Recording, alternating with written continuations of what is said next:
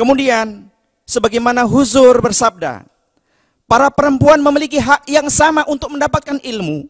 Sebab Rasulullah SAW bersabda, "Thalabul ilmi fardhatun ala kulli muslimin." Menuntut ilmu itu wajib bagi setiap muslim. Oleh karena itu, perempuan Ahmadi harus menaruh perhatian yang serius dalam meningkatkan pengetahuan agama. Selain itu, mereka harus mendorong putra-putrinya mencari ilmu, baik ilmu dunia, terutama ilmu agama atau rohani.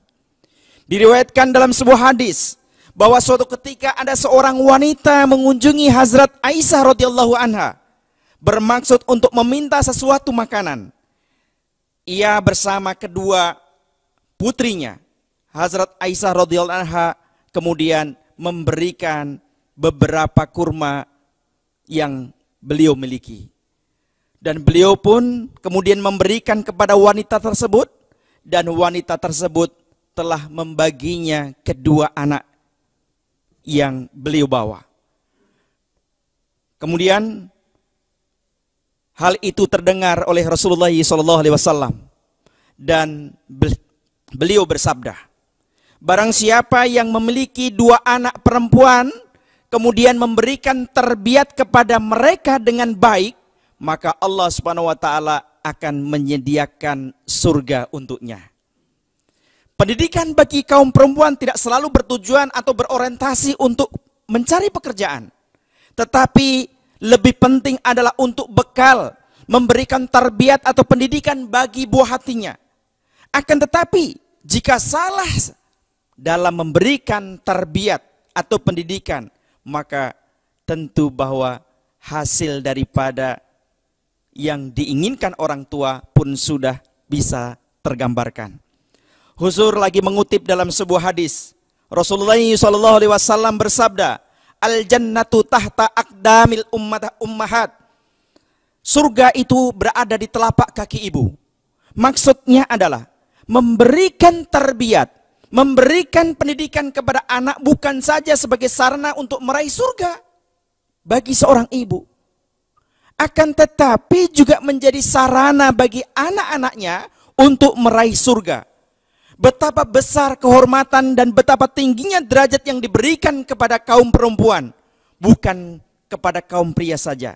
Bahkan Islam telah memperhatikan kehormatan terhadap kaum perempuan ini. Dengan demikian, seorang muslimah dapat memiliki potensi untuk mencapai tingkatan yang lebih tinggi daripada laki-laki. Jika seorang muslimah unggul dalam amal soleh, terdidik dengan baik, berakhlak baik, memberikan tarbiyat bagi putra-putrinya, maka dia sudah meyakinkan bahwa generasinya pun akan tercipta sebagai anak yang soleh, solehah. Ingat bahwa Dajjal selalu memiliki rencana yang jauh untuk menjatuhkan, menggelincirkan generasi muda dari segi agama. Dalih kebebasan hak-hak manusia, dalih kebebasan berpikir dan berekspresi. Hal ini dilakukan supaya generasi mendatang mulai tidak menyukai ajaran-ajaran agama. Kemudian Huzur juga menekankan bahwa pentingnya pardah, pentingnya jilbab. Sebagaimana Huzur bersabda, Islam mengajarkan kaum perempuan untuk mengenakan pardah atau jilbab. Laki-laki juga harus bersikap sopan serta menundukkan pandangannya terhadap perempuan. Allah Subhanahu wa taala berfirman, "Yaghuddu min absarihim." Mereka yang menjaga mata mereka. Sebab tujuan pardah bukan hanya membatasi kaum perempuan saja, melainkan juga untuk melindungi kaum laki-laki dan kaum wanita atau kaum perempuan supaya terhindar dari hal-hal yang dilarang oleh agama.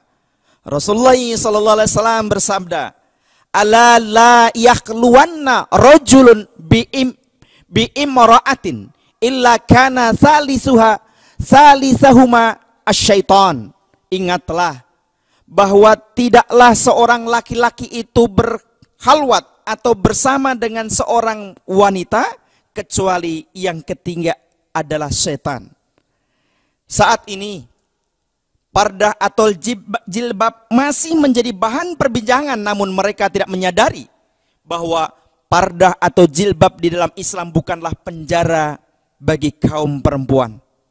Akan tetapi ini sebagai tabir penyelamat menjaga kesuciannya dan kehormatannya dari ketergelinciran antara laki-laki dan perempuan. Pemirsa sidang jalsa yang dimuliakan Allah Subhanahu wa taala.